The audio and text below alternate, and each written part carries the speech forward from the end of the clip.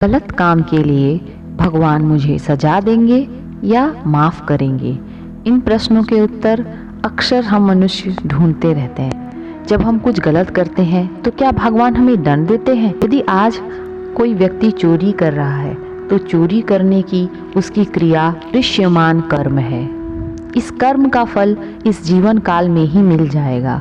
उसे बदनामी और सजा दी जाएगी, लेकिन यह भगवान नहीं जो उसे सजा देते हैं। भगवान कभी किसी को सजा नहीं देते हैं, ना ही वह किसी को इनाम देते हैं। हमें जो दंड या पुरस्कार मिलता है वह सब हमारे अपने कर्मों का परिणाम होता है। यह परिणाम हमें कुदरत देती है। इस जगत का न्याय निश्चेतन चेतन जड़ है। कुदरत का न्याय ऐसा है कि हमने जो भी कर्म बांधे हैं उन सभी ले परिणाम त्वरित ऑटोमेटिक ही आ जाता है। यदि हमने बुरे कर्म बांधे हैं तो दुख भुगतना होगा, और यदि हमने अच्छे कर्म बांधे हैं तो हमें सुख प्राप्त होगा। इस तरह कुदरत का न्याय जगत को नियंत्रित करता है। एक क्षण मात्र के लिए भी यह जगत नियम के बाहर नहीं होता। भगवान के लिए सही या गलत, अच्छा या बुरा जैसा कोई चीज नहीं है, क्योंकि भगवान किसी भी चीज में हस्तक्षेप नहीं करते। हालांकि भगवान को सर्वसत्ताधीश मानना जो हमें दंड देते हैं जब हम दोषी होते हैं, ऐसे में हम भगवान के प्रति डर से जी रहे हैं। भगवान से डरने की बजाय हमें हमारी अपनी गलतियों से डरना चाहिए, जिसकी वजह से हमें दुख और सजा भुगतनी पड़ती है। फिर लोग हमें ऐसी सलाह क्यों देते हैं कि भगवान से डरना चाहिए? इन प्रश्न का उत्तर देने के लिए आइए यह समझें कि भगवान से डरने का अर्थ क्या है। भगवान से डरने का अर्थ यह है कि उनके प्रति हमारे मन में उत्कृष्ट विनय भाव है, जो अच्छे के लिए है, क्योंकि यह सभी उनकी बातों को मानने और उनके दिखाए गए मार्ग पर ईमानदारी से चलने के लिए प्रतिबद्धता लाता है। यद्यपि ऐसा है कि व्यक्ति अगर भगवान से डरता है तो उसका भय वास्तव में भगवान के प्रति उसकी असीम श्रद्धा को दर्शाता है।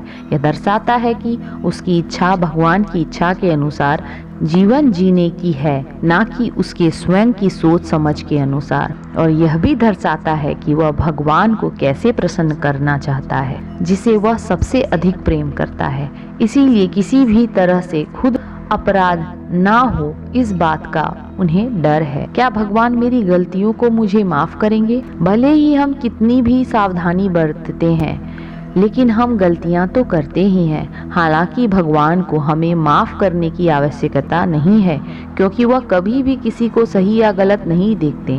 भगवान तो प्रत्येक जीव मात्र के भीतर रहने वाले शुद्ध आत्मा हैं। वह निष्पक्ष रूप से ज्ञाता दृष्टा स्वभाव में ही रहते हैं। लेकिन क्या आप जानते हैं कि प्रतिक्रमण करके क्षमा मांगने के 3 चरण के दृष्टिकोण को अपनाने से भगवान की साक्षी में हम अपनी सभी गलतियों से जड़ से ही छुटकारा पा सकते हैं, जो हमें दुख पहुंचाती है। कहते हैं कि एक व्यक्ति को आज चोरी करनी थी।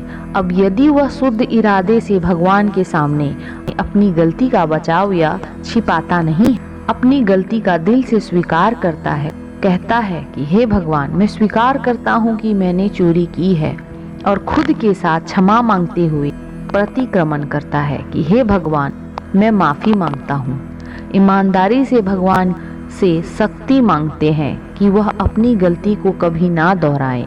प्रत्याख्यान निश्चित करता है कि हे भगवान, कृपया मुझे फिर से चोरी ना करने की शक्ति प्रदान करें।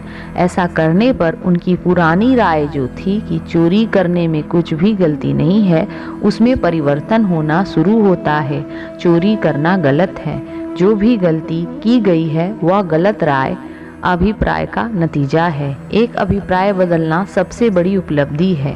एक बार जब व्यक्ति को भीतर से अभिप्राय पूरी तरह से बदल जाता है, फिर वह व्यक्ति कुदरत की दृष्टि में अपराधी नहीं रहता और कुदरत उसे दंड नहीं देती। प्रतिक्रमण हमारे पाप कर्म के मूल में से नष्ट करने में मदद करता है। अर्थात हमारा अभिप्राय यह है कि कि जिसके परिणाम स्वरूप हमसे यह गलती हो जाती है।